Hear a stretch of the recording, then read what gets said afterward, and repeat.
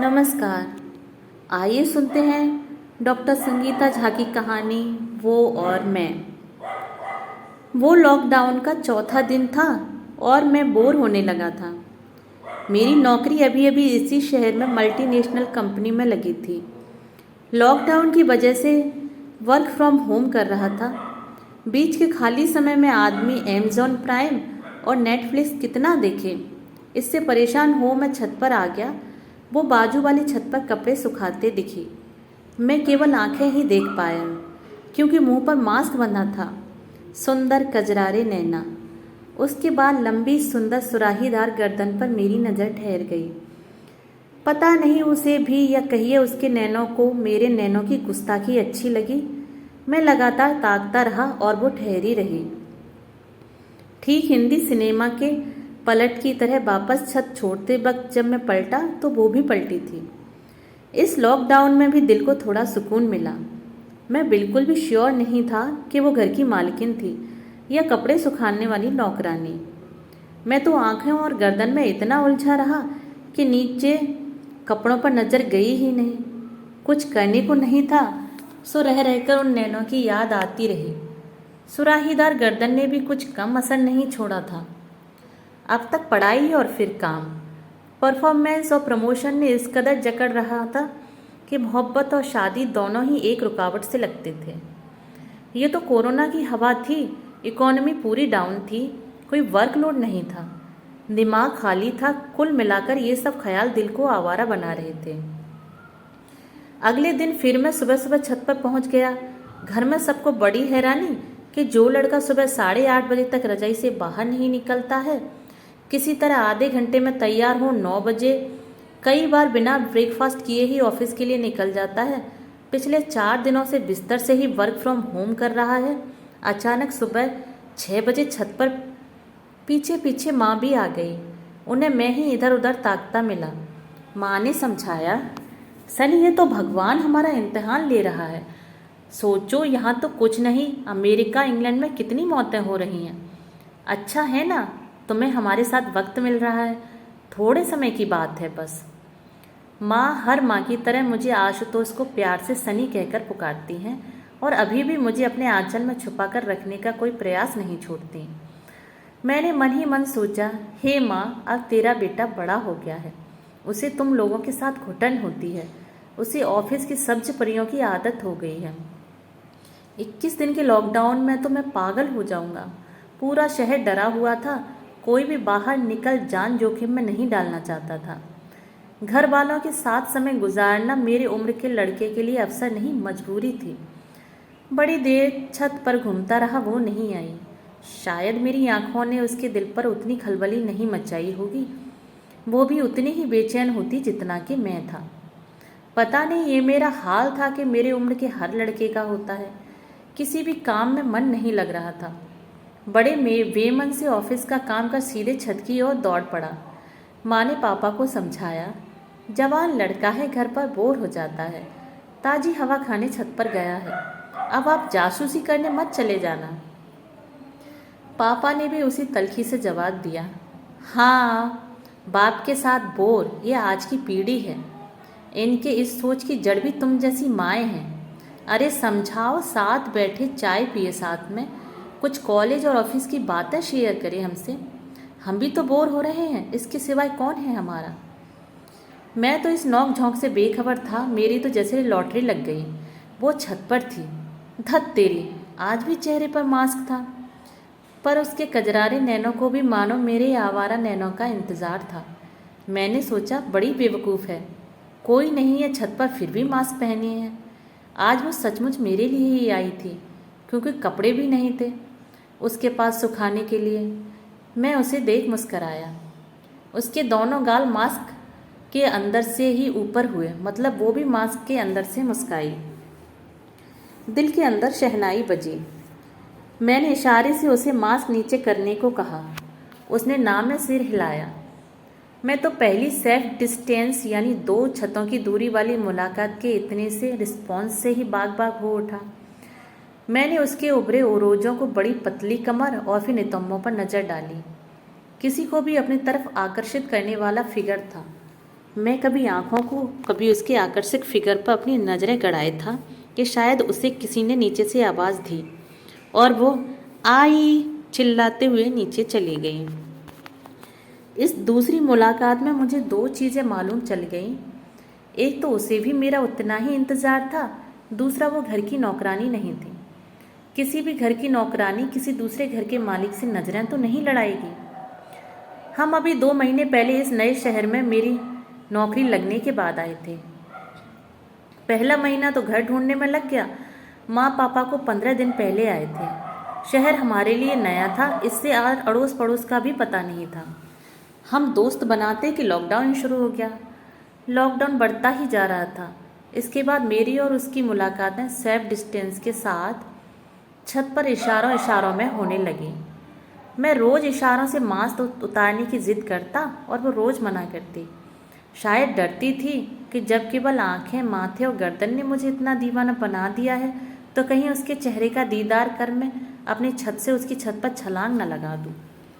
मैंने छलांग तो नहीं लगाई, अलबत्ता एक कागज़ में अपना मोबाइल नंबर लिखकर उस कागज़ का रॉकेट बना उसकी छत पर फेंका। उसने लपक कर कैच कर लिया, खोला और मेरा मोबाइल नंबर देख मुस्काई। मेरा दिल बल्लियों उछलने लगा। मेरी तो जैसे लॉटरी लग गई। अब पता चला पूरी दुनिया ख़त्म हो रही हो तब भी प्यार ही वो जज्बा है जो आपको ज़िंदा रखता है। मेरे नीचे पहुंचते ही मेरे मोबाइल में मैसेज था, एक लाफिंग बुद्धा की इमोजी के साथ। हाय, मेरी तो धड़कनें ही बढ़ गईं। दिल बल्लियों उछलने लगा। अपनी भावनाओं पे काबू रख मैंने लिखा, हे हाय, मैं आशुतोष रैना। वहाँ से जवाब आया, हे मैं। मेरा जवाब, नाम। वो, नाम से आपको क्या काम, कुंडली बनानी है क्या, दोस्त कह लो। दिल जोर से उछला। ये तो करारी है, मज़ा आ जाएगा। मैंने कहा, बच्चू कितना भी छुपाओ, ट्रू कॉलर से निकाल लूँगा। ट्रू कॉलर ढूंढने पर पाया सतीश चावला।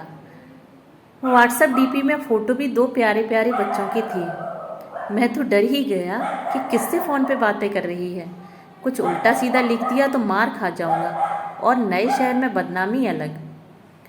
मैंने लिखा, अरे जस्ट दोस्त का नाम तो मालूम होना चाहिए। वो, पहले दोस्ती तो हो जाने दीजिए। मैं, ठीक है, नो प्रॉब्लम, इंतज़ार करूँगा। वो, बाय बाय, मुझे बहुत काम है। मैं फिर डर गया, कहीं काम वाली तो नहीं है और अपने साहिब को फ़ोन ले अठखेलियाँ कर रही है। फिर 2 दिनों तक डर के मारे मैं ऊपर नहीं गया। सारा समय उसके बारे में ही सोचता रहा। बार बार मेरे दादाजी की कही बात याद आती रही, स्त्रियस्य चरित्रम पुरुषस्य भाग्यम, देवो न जनाति कुतः मनुष्यम। अचानक मेरे मोबाइल में लाइट के साथ message, what happened, not well, no news. दिल बल्लियों उछलने लगा। इंग्लिश में मैसेज देख ये तो पक्का हो गया कि काम वाली नहीं है और तो और जिम्मेदार लड़की है, घर के कामों में घर वालों का हाथ बटाती है। ये फ़ोन सिम शायद उसके भाई या पिता के नाम है। मैंने भी जवाब दिया, was busy with work, how are you. वो, व्हाट वर्क, क्या काम करते हो। मैं, बड़ा इंटरेस्ट ले रही हो। वो, अरे दोस्त बनाना चाहते हो और बताने से इनकार। मैं, तुम दोस्त बनना चाहती हो और नाम बताने से इनकार। वो, दोस्ती और नाम का क्या रिलेशन। मैं, अरे तो मैं पुकारूंगा कैसे। वो, तुम दोस्त कह सकते हो मुझे। मैं, ओके बाबा, क्या करती हो ये तो बता सकती हो। वो, पढ़ाई। मैं, पढ़ाई पर कौन सी। वो, तुम सीबीआई या सीआईडी में हो क्या। मैं, तुम भी ना, तुम्हें देखना चाहता हूँ, छत पर आओ। वो, अभी नहीं, शाम को। इस तरह रोज के एसएमएस और छत में नैन लड़ाई से हमारा रिश्ता आगे बढ़ता गया। मेरा मन हमेशा उसमें ही लगा रहता, लेकिन 6 महीने के बाद भी उसमें नाम बताया और ना ही बिना मास्क के चेहरा दिखाया। मैं उसके ज्ञान, उसके मैसेजेस से ही प्रभावित होता जा रहा था। एक बार मैंने उसे कॉल किया तो उसने फ़ोन काट दिया। माँ भी घर पर अकेले बोर हो जाती थी क्योंकि हम छोटे शहर से एक बड़े महानगर आए थे। वहाँ तो पड़ोस घर जैसा था, मकानों के बीच दूरी थी पर दिल जुड़े हुए थे। और यहाँ ठीक उल्टा, घर जुड़े जुड़े लेकिन कोई किसी को जानता ही नहीं। उसके बारे में जानने के लिए मैं बेचैन था। समझ ही नहीं आ रहा था कि क्या करूं। मैंने माँ के अकेलेपन को मुद्दा बना उसका पता लगाने की सोची। मैंने माँ को सलाह दी कि वो मास्क बांध के पड़ोसियों से मिल आए। बाप रे, माँ तो बड़े जोर से भन्नाई। अभी अभी नौकरी ही लगी है तब मारना चाह रहा है, जब छोकरी आएगी तो मरने चली जाऊंगी। अरे नहीं माँ, मैं वर्क फ्रॉम होम और पापा फ़ोन पर अखबार पढ़ते रहते हैं। आप बोर होती हो ये सोचकर बोला। आप तो ना बस। माँ, अच्छा मैं बोर? सारा काम तो मिस्टर इंडिया आकर कर जाते हैं तुम्हारे घर। ये नहीं कि मेरा हाथ बटाए, उल्टी सीधी सलाह दे जाता है। यहाँ तो नॉर्मल दिनों में भी कोई किसी के घर नहीं जाता, तो अब तो वैसे भी कोरोना का लॉकडाउन है। मैं बड़ा परेशान हो गया। यहाँ सिर्फ ऑफिस के सहकर्मी थे, वो भी ऑनलाइन। शहर की कोई जानकारी नहीं। फिर छत पर चला गया, सोचा उसे ही बुलाता हूँ। मैं अपने फ़ोन से कुछ टाइप करता, इससे पहले ही बत्ती जली। उसका एसएमएस, इस समय महाशय क्या कर रहे हैं? मैंने इधर तो देखा, ये इंसान है कि भूत, इसे कैसे मालूम चला? शायद ये भी मुझ पर नज़र रखती है। मैंने साफ साफ लिख दिया, तो मैं निहारने आया हूँ। आज तो इस छत से तुम्हारी छत पर कूद दीदारे यार ही करके जाऊँगा। वो, ना ये जुर्म है आशुतोष बाबू। मैं, बहुत हो गया, अब रहा नहीं जाता, तो मैं देखना चाहता हूँ। वो, देखना? देखने तो रोज़ हैं। मैं, अरे पास से देखना चाहता हूँ, तो मैं छूना चाहता हूँ, बाहों में भरना चाहता हूँ। वो, पागल हो गए हो क्या? दोस्ती में ये सब इजाज़त नहीं है इसकी। माना हम दोस्त हैं, पर एक लड़का लड़की दोस्ती में एक दूसरे को बाहों में नहीं भरते। ये अमेरिका नहीं, इंडिया है बाबू। मैं, मुझे तुमसे प्यार हो गया है, तुमसे मिलना चाहता हूँ। वो, अरे अभी तुम मेरे बारे में जानते कितना हो, मैं कौन हूँ, क्या करती हूँ। तुम्हें अगर सचमुच मुझसे प्यार है तो मिलने की कोई ज़रूरत नहीं। प्यार तो आत्मा से होता है। उसके तुरंत बाद उसने फ़ोन स्विच ऑफ कर दिया। मैं बार बार उसे ट्राई करता रहा, लेकिन फ़ोन बंद ही बताता रहा। मैं सुबह सुबह मास्क बांध चक्कर काटने के बहाने बाहर निकला। उसके घर के एकदम पास जा 4-5 चक्कर काटने के बाद अंदर से किसी बुजुर्ग के खांसने की आवाज़ आई। मैं वहीं ठहर गया, कुछ तो पता चले। पीछे से गश्त लगाता हुआ पुलिस वाला आया। साहब अंदर जाओ, पूरे शहर में कोरोना फैला है, प्रशासन का आदेश है कि सब घर के अंदर रहें। मैं वापस घर पहुंचा ही नहीं, फिर उसका मैसेज, पागल हो, यहाँ वहाँ घूम रहे हो, पुलिस पकड़ लेगी, समझ नहीं आता क्या? मैं, तुम इंसान हो या भूत, कहाँ से देखा?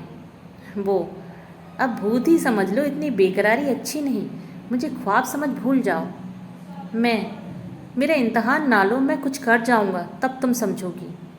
वो, ना ऐसा ना करना, तुम मेरी मजबूरी समझो। केवल लॉकडाउन नहीं, वैसे भी मेरी मजबूरी है जिसका मैं तुमसे जिक्र भी नहीं कर सकती। मैं, अरे दोस्त बोलती हो, मेरी ज़िंदगी में आने वाली पहली लड़की हो, मैं तुम्हें सच्चे दिल से चाहने लगा हूँ। तुम्हारी परेशानी मेरी परेशानी है, मैं सच में कुछ कर बैठूँगा। वो, ठीक है, सोचकर बताती हूँ कहाँ और कब मिलना है। मैं, मुझे इंतज़ार रहेगा। उसके बाद मैं इंतज़ार करता रहा। काम में भी मन लगता नहीं था। कभी कभी तो खुद पे खींच होती कि मैंने खुद का क्या हाल बना रखा है, एक ऐसी लड़की की खातिर जिसको मैंने देखा भी नहीं है। फिर भाड़ में जाए ऐसा प्यार। मैंने अपने आप को संभालना शुरू किया। गनीमत कोरोना काल की वजह से माँ पापा साथ थे। इससे तलब होने के बावजूद मैं सिगरेट शराब से बचा हुआ था। मेरी हालत देख माँ बहुत परेशान थी, बार बार जानने की कोशिश करती कि क्या हुआ है मुझे। मैं भी क्या बताता था, मैंने प्यार किया है, आँखों ग्रीबा और पतली कमर से। ना मुझे उसका नाम मालूम है, ना ही ये कि वो कौन है। मालूम है तो वो उसकी छत और मास्क वाला चेहरा, और तो और अब तो वो छत पर दिखती भी नहीं। जिंदगी इसी कश्मकश में गुजर रही थी कि एक दिन सुबह सुबह बाहर बड़े हल्ले गुल्ले की आवाज़ के साथ नींद खुली। माँ पापा से बता रही थी, पड़ोस में चावला साहिब की डेथ हो गई कोरोना की वजह से। एक बेटी है, वो भी सेवा करती थी बेचारी। दूध वाला बता रहा था 2 बेटी भी हैं, बाप को लूट लिया, अब आते भी नहीं हैं। अब मरने के बाद दोनों बहुएं और उनके बच्चे घर के लिए हल्ला कर रहे हैं। घर चावला साहिब बेटी के नाम कर गए हैं, उसकी भी शादी की थी। ससुराल में बहुत मारपीट करते थे बेचारी के साथ, तो चावला साहब डिवोर्स दिलवा के अपने पास ले आए थे। मैं अबाक, आपको इतनी जानकारी मिली कैसे? लगातार न्यूज़ रीडर की तरह बोले जा रही हो।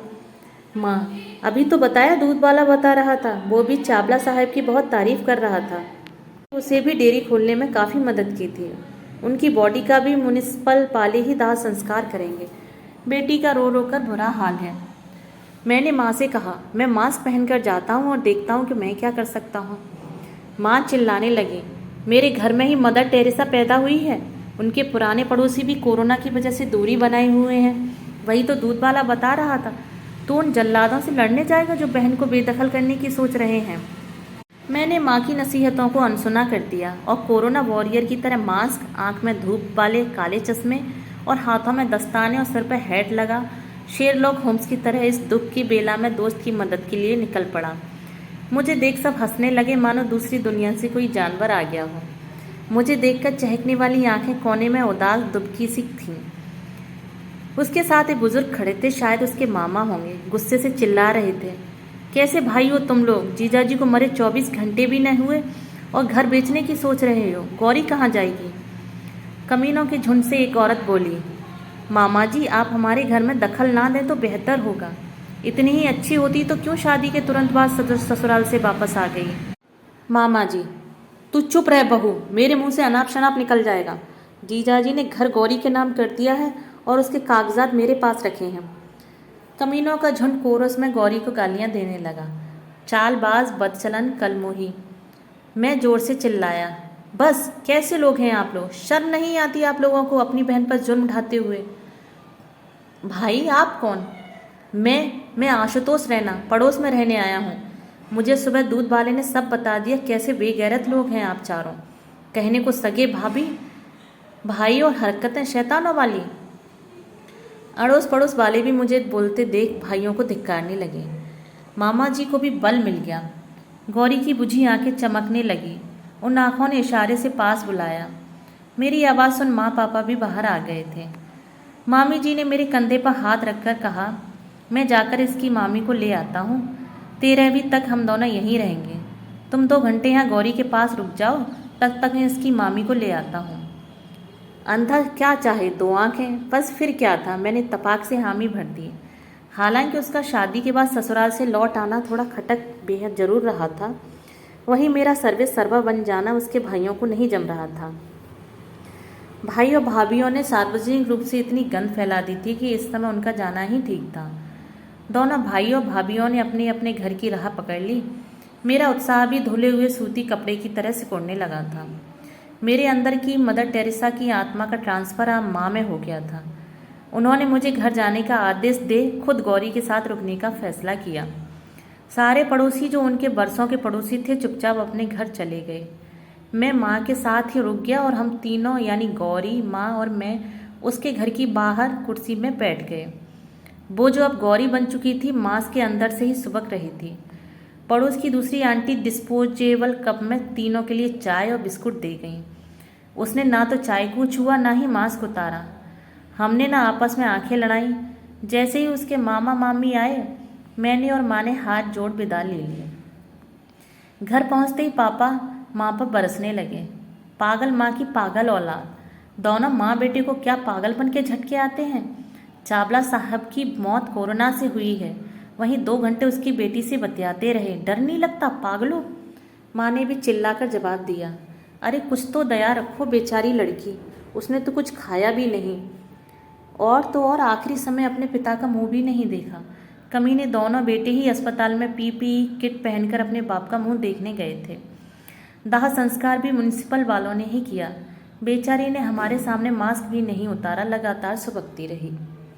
उसके बाद लगभग 15 दिनों का प्रेम विराम न छत पर गया न ही उसका कोई संदेश। अचानक फिर मोबाइल में पीप के साथ संदेश, हे तलाकशुदा सुन के डर गए क्या? अब मिलना है कि नहीं?